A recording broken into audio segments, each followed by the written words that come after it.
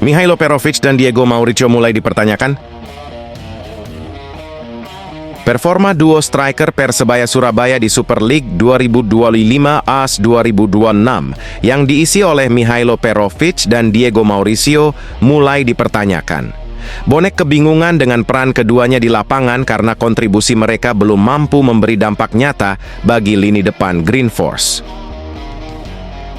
Kekalahan 1-3 dari Persija Jakarta pada pekan ke-9 menjadi titik sorotan baru bagi duet penyerang asing tersebut. Bermain di hadapan pendukung sendiri, Persebaya Surabaya gagal menunjukkan taring meski tampil agresif di awal laga.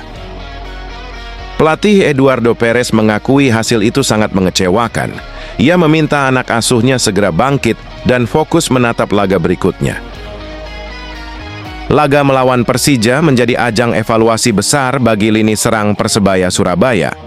Perovic yang tampil penuh 90 menit tak mampu menciptakan gol, sementara Diego Mauricio yang masuk di menit ke-72 juga belum memberi perubahan berarti.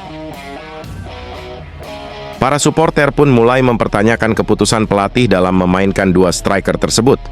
Banyak yang menilai chemistry antara Perovic dan Diego belum terbentuk dengan baik, membuat alur serangan Persebaya Surabaya tampak tumpul dan tidak terarah. Ada juga yang memberi masukan agar Perovic dan Diego dimainkan bersama sejak awal untuk membangun chemistry.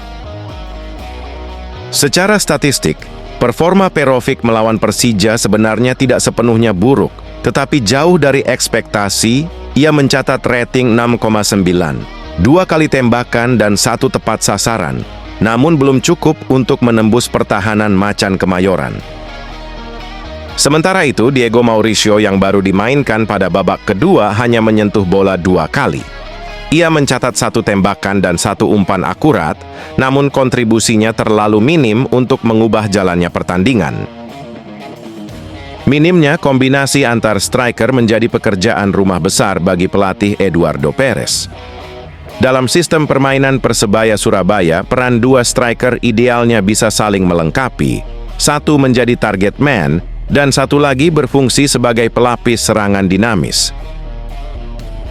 Eduardo Perez menyadari timnya perlu perbaikan signifikan dalam waktu singkat, dengan laga berikutnya menghadapi PSBS Biak di Stadion Maguwo Harjo, Sleman. Persebaya Surabaya dituntut segera memperbaiki koordinasi lini depan.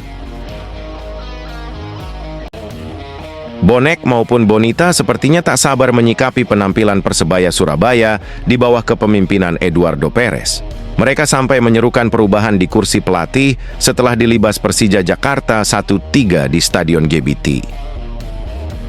Memang, tak ada kericuhan terjadi ketika pertandingan itu memecahkan jumlah rekor penonton Super League, yakni sekitar 3.432 orang.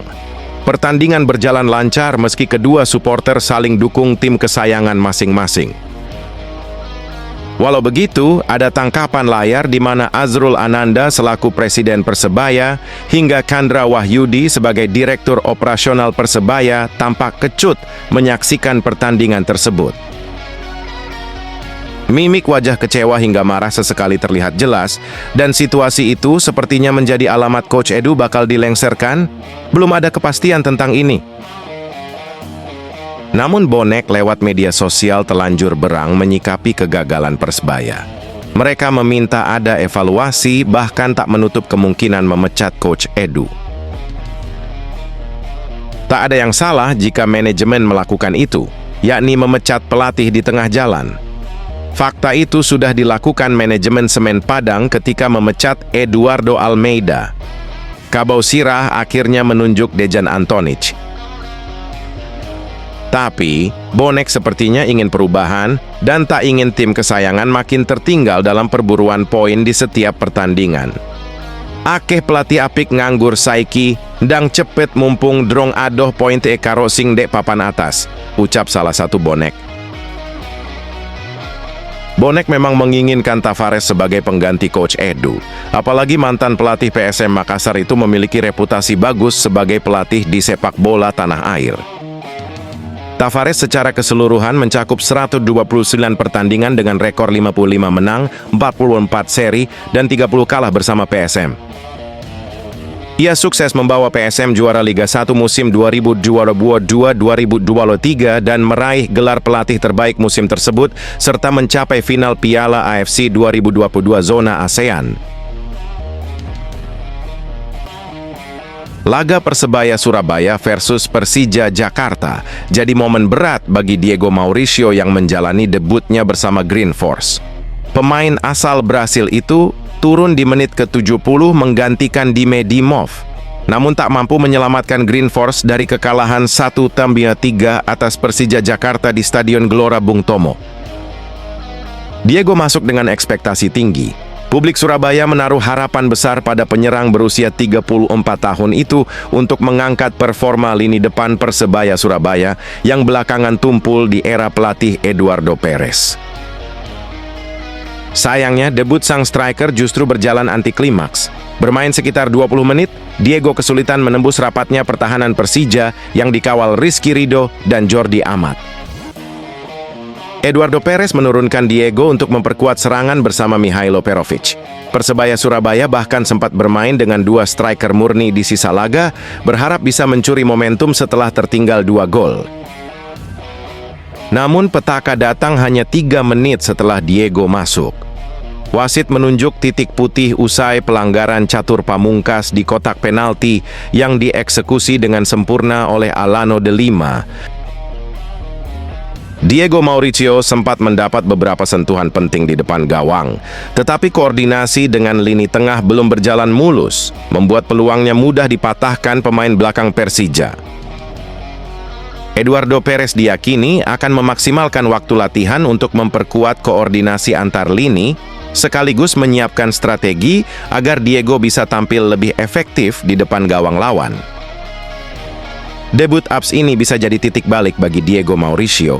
Jika mampu menyesuaikan diri dengan cepat, bukan tak mungkin penyerang asal Rio de Janeiro itu akan menjadi tumpuan utama Persebaya Surabaya dalam perburuan posisi papan atas Super League 2025-2026.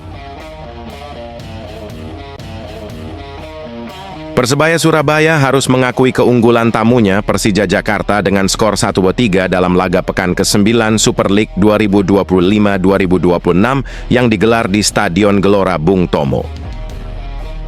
Pelatih Persebaya, Eduardo Perez, menyebut timnya kalah karena Persija lebih pintar memanfaatkan situasi penting dalam pertandingan. Saya pikir ini pertandingan antara 2 tim kuat dan akhirnya Persija lebih sukses dalam beberapa situasi, ujar Eduardo dalam sesi konferensi pers usai laga. Statistik menunjukkan dominasi Persija atas tuan rumah. Tim berjuluk Macan Kemayoran mencatatkan 51% penguasaan bola dengan 18 tembakan, 9 diantaranya tepat sasaran.